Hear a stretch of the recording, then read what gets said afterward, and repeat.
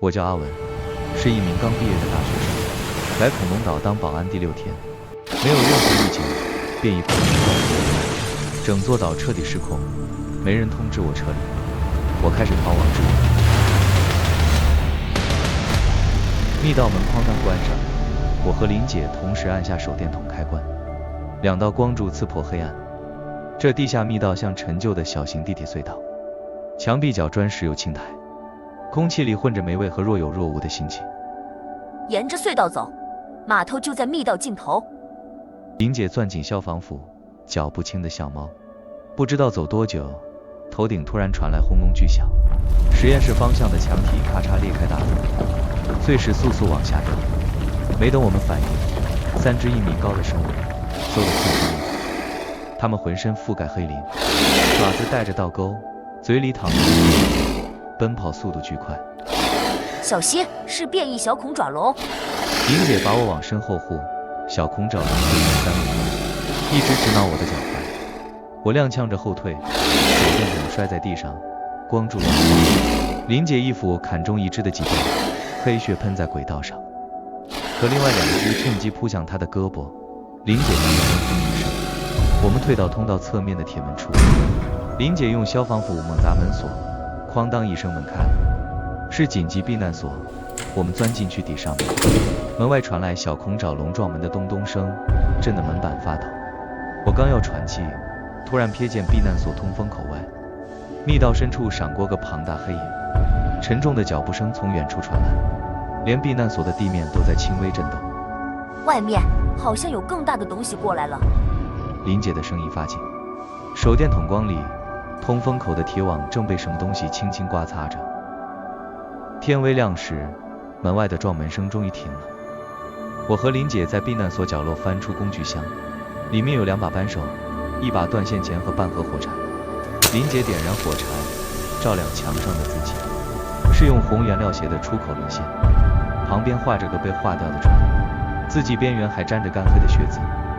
不管怎样，必须出去。我握紧扳手，轻轻拉开门。3只小孔爪龙正趴在隧道上啃咬半具恐龙尸体，听见动静立刻抬头，绿眼睛在暗处泛着光。我捡起块石头扔向远处，小孔爪龙被吸引过去。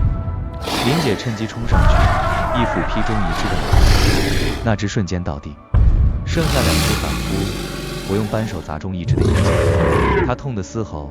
林姐再补一斧解决掉最后一只。沿着隧道走了半小时，前方终于出现栅栏铁门，透过铁门能看见外面的树林和闪着光的大海。我和林姐的心跳都快了几分，可刚要拿断线钳撬锁，我突然停住。栅栏上的划痕又深又宽，是成年恐龙的爪印，而且锁芯崭新，不像废弃的旧锁。这锁是新换的。林姐蹲下身，指尖碰了碰锁旁的泥土，还有新鲜的脚印。有人刚来过。话音刚落，栅栏外的树林里传来成年恐龙的嘶吼，吓得我们赶紧缩回隧道。我们放弃栅栏门，找到隧道的应急出口，掀开盖在上面的铁板。热带树林的湿热风裹着树叶围扑来，刚爬出去，身后突然传来哗啦巨响，栅栏门被撞碎，一只成年变异恐龙嘶吼着扑向我。往悬崖跑！林姐拽着我往海边冲，走到悬崖边，清晰看到不远处的码头，然后朝20米高的悬崖往下爬。悬崖下是礁石滩，可还没等我们找落脚点往下爬，海面突然掀起巨浪，一只脖子比电线杆还长的巨型蛇颈龙从水里探出来，脑袋直接撞向悬崖，岩壁剧烈晃动，我没抓稳，和林姐一起掉了下去。海水瞬间灌满口鼻，咸腥味呛得我发晕。我挣扎着浮出水面，看见蛇颈龙的脖子卷住林姐，把她往海里拖。林姐只喊了声阿文，救我，就没了踪影。我抓住悬崖下的礁石爬上岸，蛇颈龙的脑袋又从水里探出来，朝我游来。我不敢回头，沿着礁石往码头跑，心里像被揪着，林姐一定还活着，我得找到她。我在沙滩上狂奔，鞋底沾满沙子，每一步都沉重无比。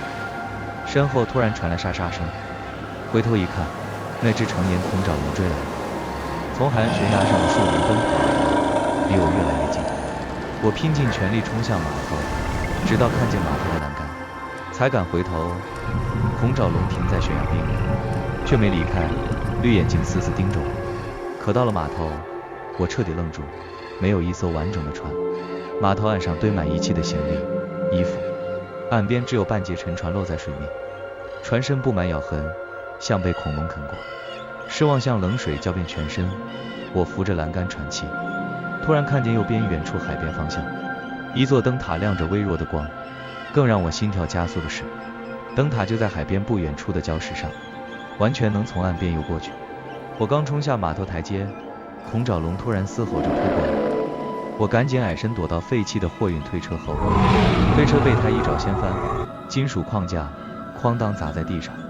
我趁机往滩涂跑，孔爪龙紧追不舍，每一次扑击都擦着我的后背掠过，腥风裹着它的嘶吼，压得人喘不过气。终于跑到离灯塔最近的岸边，我转身时，孔爪龙已追到身后3米处，尖牙闪着寒光。我毫不犹豫跳进热带海水里，果然，孔爪龙冲到岸边就没有停住。我拼命游到灯塔的礁石岸上，走上灯塔门口，回头看了看岸边的孔爪龙，用力推开有锈的铁门，突然听见灯塔内部传来咚的一声闷响。